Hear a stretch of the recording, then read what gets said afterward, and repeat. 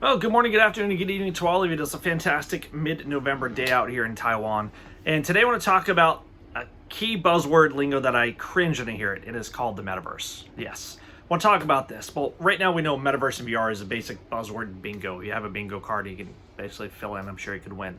And it's already here. It's already incorporated in some games, but it's a big player with cryptocurrency and blockchain. Now, my favorite example for this, if you can believe it, is Roblox. This company basically know what their gamers going to do and let their gamers own develop it, and that's the key in this book to, I think, how decentralization in gaming with NFTs is already there within that community. Now, Roblox and the difference in these gaming spaces and how we use it and how we use our time, it depends on how you value your time and also how you value gaming and how you play. Now, right now, most Americans, people around the world, they watch several hours of TV per day. I'd say average between 4 to 6 hours. Doesn't matter if it's Netflix, Amazon Prime, or just browsing, watching movies, even browsing YouTube. But now, most of TV and video games are about ignoring reality and entertainment. You're jumping into that fake world and really getting lost into that immersion, just so it can relax. And for me, I enjoy gaming from Minecraft to a couple other games, but for me, it's how I just dedicate and relax myself. And I have always done that, and I continue, and I enjoy looking to see how this bingo word, I hate to say, but Metaverse will apply to Roblox, but also Minecraft and a lot of other various games that already use this kind of virtual reality and gaming space to really pull gaming communities together. Now, the most important thing in here is that you have to really understand what Metaverse means. When we all think about it is related to Ready Player One and a lot of other books and a lot of this. It's different from reality and imagination because it's a starting point. So right now, the whole slate is basically clean with Decentraland, Roblox, Minecraft, and a few other games that are in there. They're carving out pieces of the pie because how we interact with each other, but also with the financial systems, tech and blockchain, and also cryptocurrencies. They're all becoming parts of Lego stacked upon each other. And of course, the emergence of these trustless decentralized networks unlocks the potential for future of where basically e-commerce and commerce can happen with permission, participation, also the benefit of financial independence. Get rid of the middleman. Now, Roblox, let's get back to this. They don't want to create the metaverse because if you're familiar with the network, their universe and virtual worlds, they're already interconnected. All right? If you think about how we think about the Metaverse, Ready Player One, just go in there and all these things interconnect to each other. But then again, that's decades off. So however we think about that, connecting different games together to play, that's not going to happen for a long time. As a developer or programmer you can talk to, the amount of vast technology, we're not quite there yet. But I want to get back to this because it's important to make it as we got to think about how these games and ecosystems are different than all the other worlds being set up.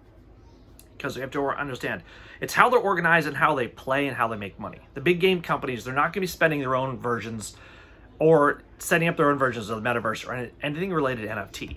We've heard about that. Epic Games, Fortnite, EA Online, any of the Star Wars franchises, they're not going to be branching out of this. They're going to be stepping back and just waiting because they see the dangers and backlash from the communities.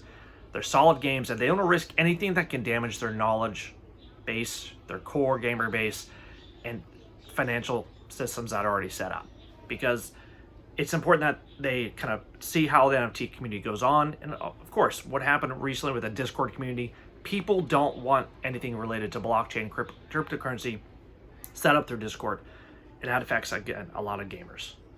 So again, let's think about this, what we imagine versus what we already know. Now, Roblox has already said, and with their new setup for 2021, their ability to sell limited edition user-generated content items. This allows creators to earn money off the initial sale of an item and subsequent sales of it after all of this continues. Exactly what NFTs and the blockchain are doing. They're seeing the usefulness and the creativity of their already online gamers that they let go and they release in the system. They want their own creators to build the game because the company's pointing to advancements, and of course it's simulation features. Now, if you're familiar with Roblox, and something that turns me off of the game is just, the features of this. But again, with advancement with the simulation features, it's changing the dynamics of how things are going to be played.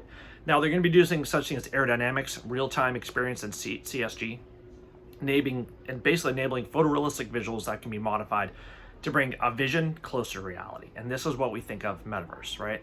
Now, these improvements enable developers to build helicopter airplanes, fast-moving cars using real shapes, including curves. Important. Think Minecraft, Square. Roblox has more curves, but having curves and this new physics engine is going to be able to do the rest, right?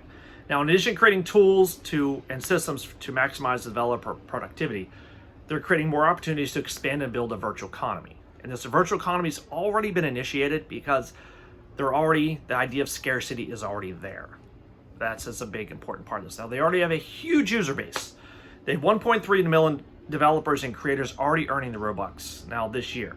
For future developers on Roblox, they have the freedom to do everything on their open cloud system. Now, the studio has also been a well-used tool for many developers, but as the community gets broader and broader and more diverse, Roblox has discussed and felt needed to give them more of ability to drive the ecosystem with their tools at their disposal. And again, I do expect a lot of criticism. There'll be a lot of understanding and misunderstandings about how things will go.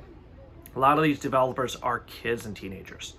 There are pros and cons for all of this. I do understand that as a parent and as a teacher, we have to look at how kids are using the space. Now, Roblox has added a whole new dimension to how you're going to play the game because they have something called spatial voice beta. Because now users can communicate not only through emotes, but also through facial expressions that are captured on the webcam. Where's my webcam? Right there. And that webcam will be scaled and relayed to your player. That's pretty cool, and how things are going to basically evolve through the whole gaming community. Now, this is also big news. Nike in e-commerce. Nike has basically effectively built a virtual version of the Nike headquarters in Beaverton, Oregon, inside their own Nikeland. It's pretty cool. Their goal is to blend the sports, play, and lifestyle. Now, users on the platform, you can go and visit. You can walk through the buildings modeled after places like the real-life LeBron James Innovation Center. That's pretty cool. You can participate in games like tag, dodgeball, and other activities while stopping by this huge expansive canvas. That is a fun area to go into. I think watching a lot of gamers, kids, teens, and parents play this game together, it's a fun way to really get into it. Now, of course, users are also going to have access to the Nikeland toolkit to create their own mini games. Nice. And of course, the decision based on the swoosh of Roblox encouragement, dreams, and actions of their whole basis fundamentals of the game. And of course, for Nike, it's a good way to get advertising. Yes, pros and cons for all of that.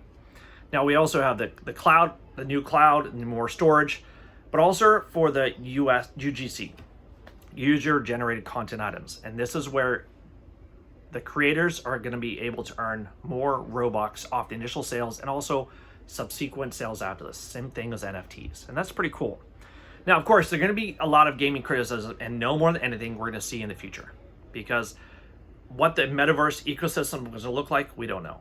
Star Wars loot boxes, banning copyright infringement, there's going to be a lot of criticism. Because, however, the greater picture of this is how you see your interactions with the games you play, and also how you foresee gaming to change in the whole ecosystem.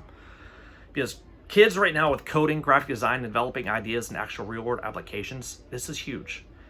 There's a lot more push with kids with coding, getting into graphic design, and hopefully their parents and teachers are going to be helping to build upon these new experiences and to apply these into the new ecosystems within the games they play. And even developing new games.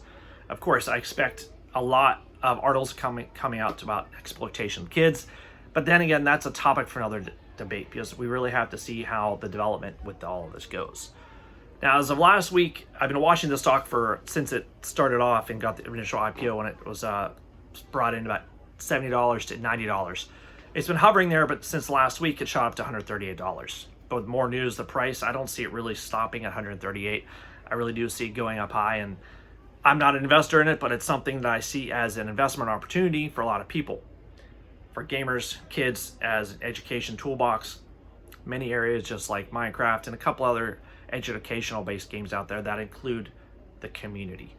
But as for Fortnite and the other gaming communities, they might, but I don't really see them branching off because I think they want to keep their whole user base and their whole gaming sections within there. They might include some smaller NFTs in the future, but for the in-house developers and artists, for them to actually get a cut of that, that's a debate for another day.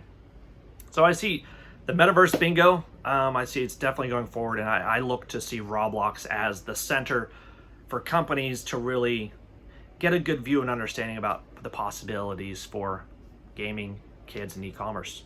It's going to be interesting. So anyway, guys, have a great weekend. Game on.